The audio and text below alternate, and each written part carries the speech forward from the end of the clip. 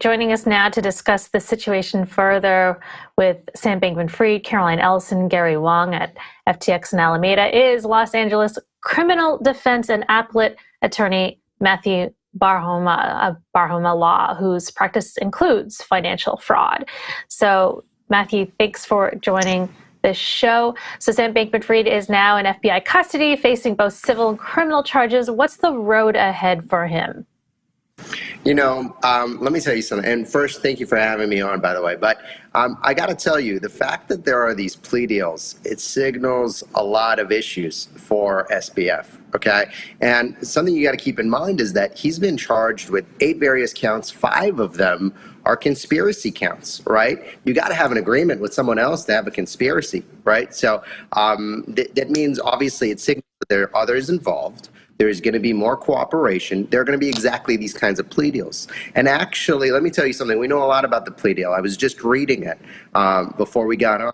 And it includes the fact that that Ellison would be free. She's going to be on bail, $250,000 bail. She's going to be free. She's going to be on her own recognizance. And the plea deal is very explicit. Okay, I thought this was kind of strange. It's very explicit. It says that it doesn't guarantee the fact that she won't get 110 years worth of a sentence, because that's what she's facing currently, right? But they could, the DOJ, the charging agency, could file a motion at the end of all of this asking for more lenient sentencing if she cooperates. It also includes a whole statement in there about her cooperation. She needs to tell us where, how, when, why, all the motives. She needs to provide all the backbone details. So what do I think of SBF's case? It's only growing, okay? Just because he's been extradited, it doesn't mean that it's over. Just because he's been charged doesn't mean, all right, great, said and done. No, if anything, this investigation is only start. How can he get out of it?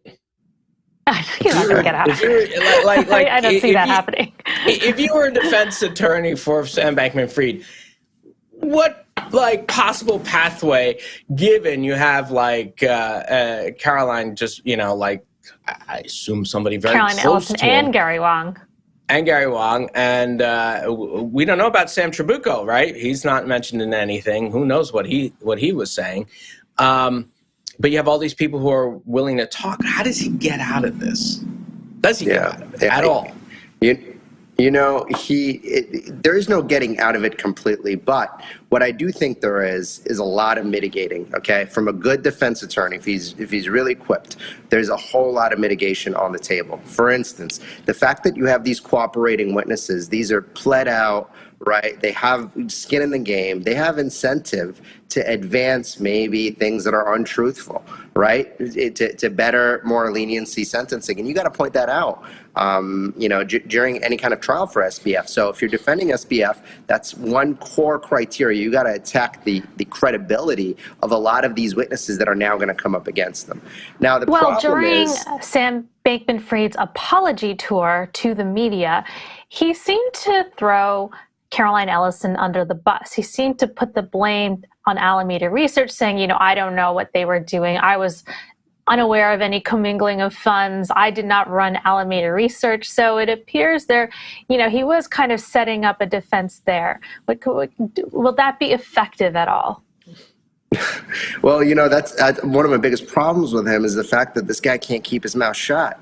Right? He's doing these news runs, he was tweeting, he's exchanging, all this conversation. And it was clear. I know exactly what he was doing. He was trying to dispel liability on himself and almost kind of, cornering it and terming it as, none of this was intentional. This was mislabeled. You don't mislabel $10 billion, right? That's the problem. Now, with that being said, it brought me to my next best point, and you hit right on it, which is the fact that he's got to mitigate intentionalness, right? That he's got to show day-to-day business judgment. These were people that were employed for this job. They did this task.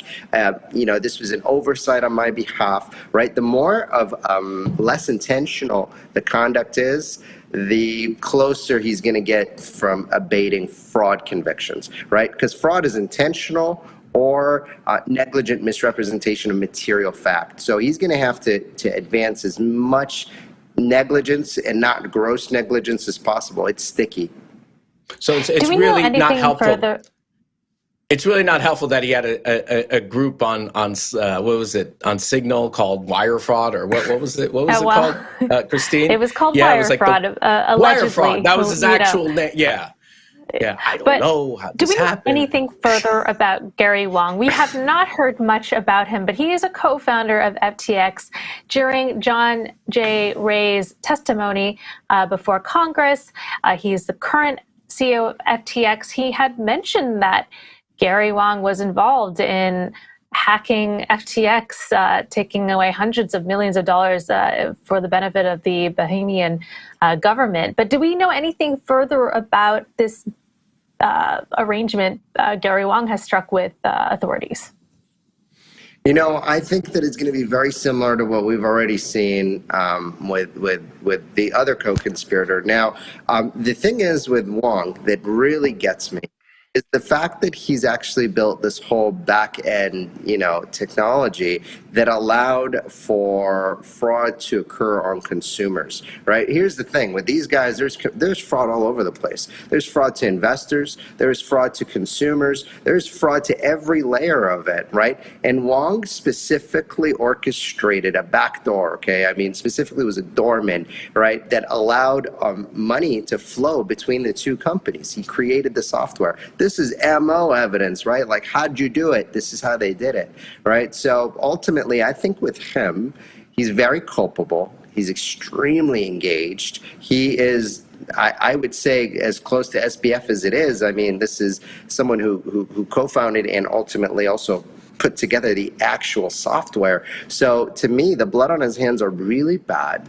And he probably is more desperate for a pre-deal than anyone else at stake. He sits very close to the heart of this. And it's going to be hard for SBF to show that he wasn't involved. And you're right. I mean, he called himself wire fraud, right?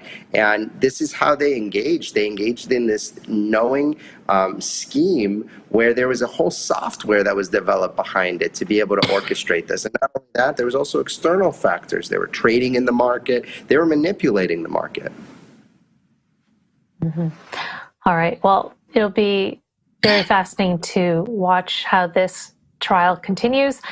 Matthew, thank you so much for joining us. That was Matthew Barhoma, criminal defense and appellate attorney at Barhoma Law.